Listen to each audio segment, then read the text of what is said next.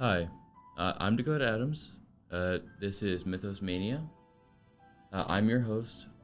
This is my co-host Malik, Malik to the T.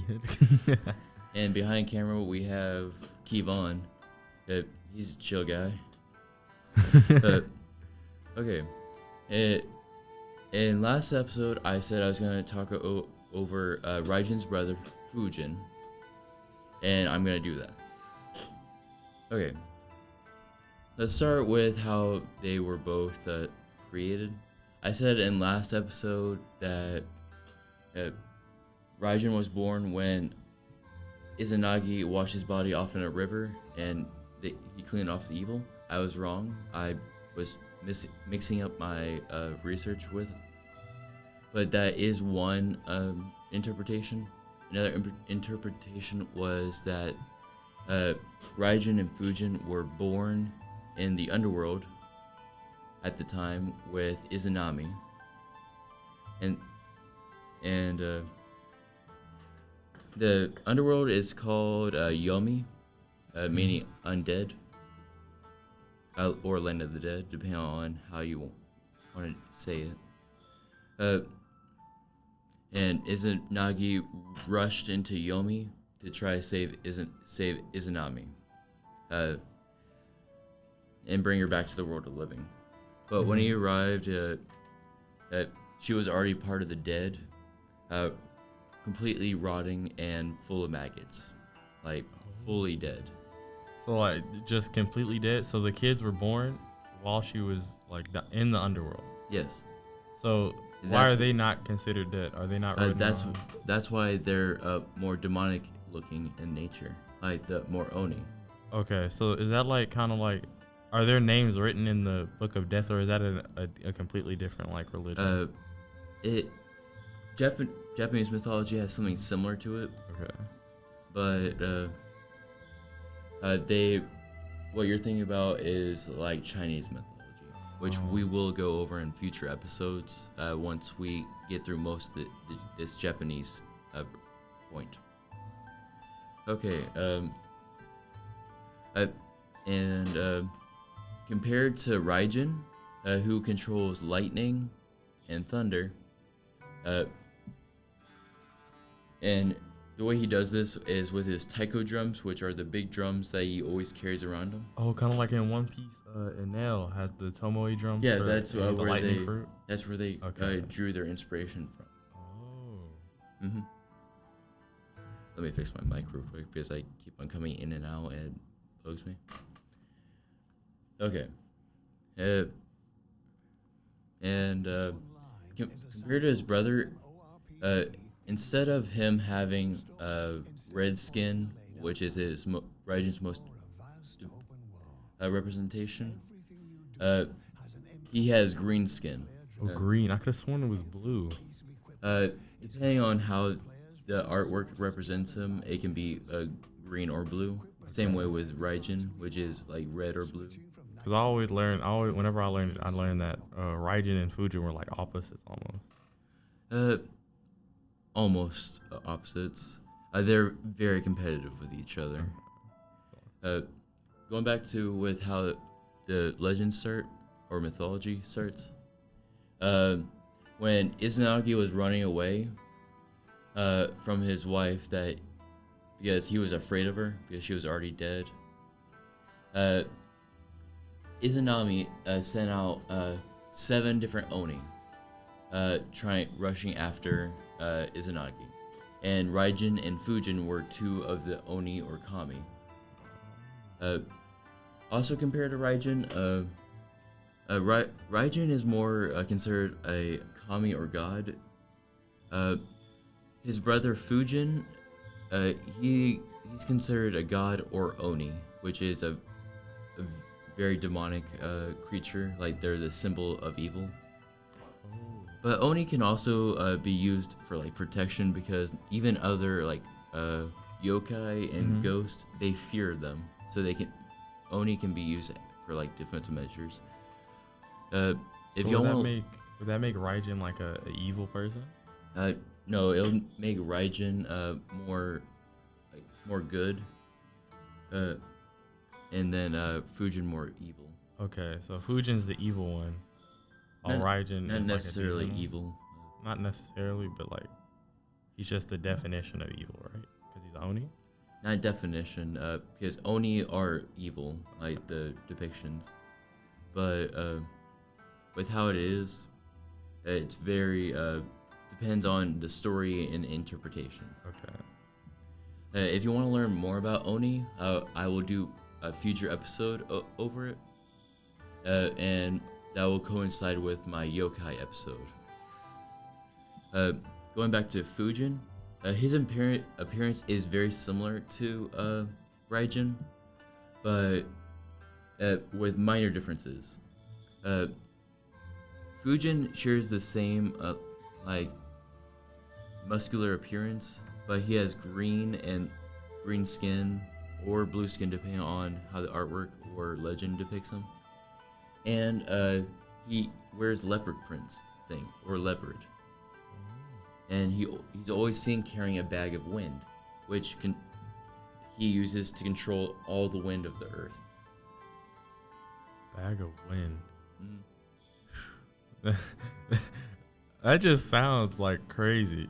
Is it like a normal size bag? You know how during World War II they had like those bags around that carried all their stuff? Yeah. It's around that size. Oh, so it's like If you think about the size of Fujin, that size compared to him, it would be pretty big compared to a human. Big, yeah. And whenever Raijin and Fujin get together, they are very competitive and cause a lot of destruction. Their most common way of causing destruction is by making typhoons. Yeah. And they're very destructive. You can see comparison between other gods from different mythologies with Raijin and Fujin. For example, Fujin is like Boreas from Greek mythology. He's the god of the north wind. The legends are mythology can have some similarities because of how close they are, and with the Silk Road going on at the time too, a lot of cultural exchange does happen.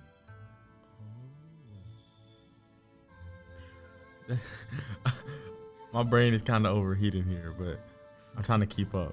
It's fine. This is why I make what I do, because it might be a lot of information, but you can always come back and rewatch it if your brain overheats in your works. Yeah, I'm probably rewatch this after it's made, so I can like understand it a little bit more. But I'm understanding that like Fujin and Raijin are like competitive rivals. They cause destruction. One more better than the other. Mm. Well, are they like about equal? About equal, but they're always fighting to see who's better. Okay. Funny enough, if we were to describe them in pop culture terms, they would be Naruto and Sasuke. Sasuke would be Raijin because lightning attribute, and Naruto would be Fujin because of the wind. Yeah. Oh, he does have wind attribute, doesn't he? Mm? I thought he had all the attributes. That's only if he's in like his Fujin Cherokee cloak and in stage mode too. Another description of Fujin is that he can be called a troll. Like he looks like a troll, which goes into Oni. And compared to his brother Raijin, who has 3 fingers, he has 4. Which, fair enough. Like there can't be 2. Fujin's name means wind god, but he also goes by Futen, meaning heavenly wind. Oh, so he wants like, is this a name that he gave himself, or is this a name that the people gave him? A little bit of both. A little bit of both. Like, who's to say which came first? To be honest, because in my mind, myths can start with people, or and then people believe in them, or vice versa, because it's never about which came first.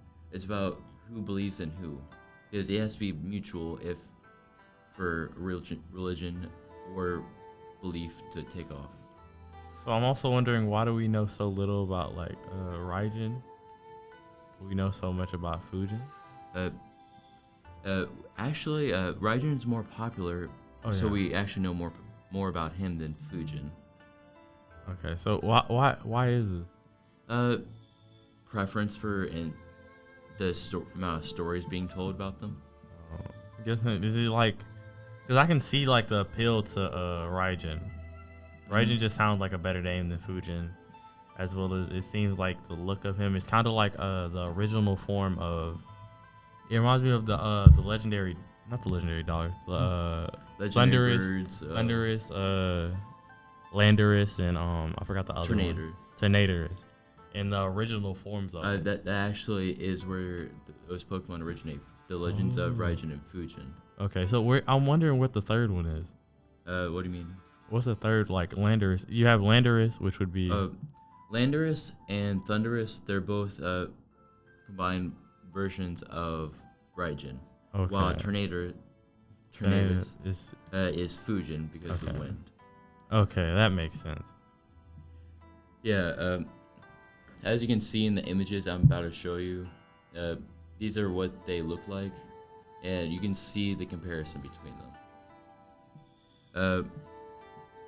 Also, like I said in last episode, Shintoism is more of a written mythology, and rather than spoken, but there are many spoken stories, so there may be loose interpretations or harder interpretations. Mm-hmm. Okay. Also, funny thing, when in 1281, Japan was faced with a large invasion of Mongols trying to take over Japan. Mm-hmm. Wanna know what happened? A large typhoon appeared, and this happens anytime. Okay, like I was saying, in 1281, Japan was faced with a large invasion from the Mongols, and a large typhoon happened. Many sources believe, and a lot of cultural people believe that Raijin and Fujin appeared to protect Japan from the invaders, causing a great typhoon. Wouldn't that also like destroy parts of Japan? No, strangely enough, it was only localized to the water. Oh, so it just destroyed all of the Mongols, but Pretty much. nothing else? Mm-hmm. That's crazy. I thought it was just gonna be it was just a random occurrence that Raijin and Fujin were just kind of fighting at the time. No, actually, when Japan was faced with another invasion later, another typhoon happened.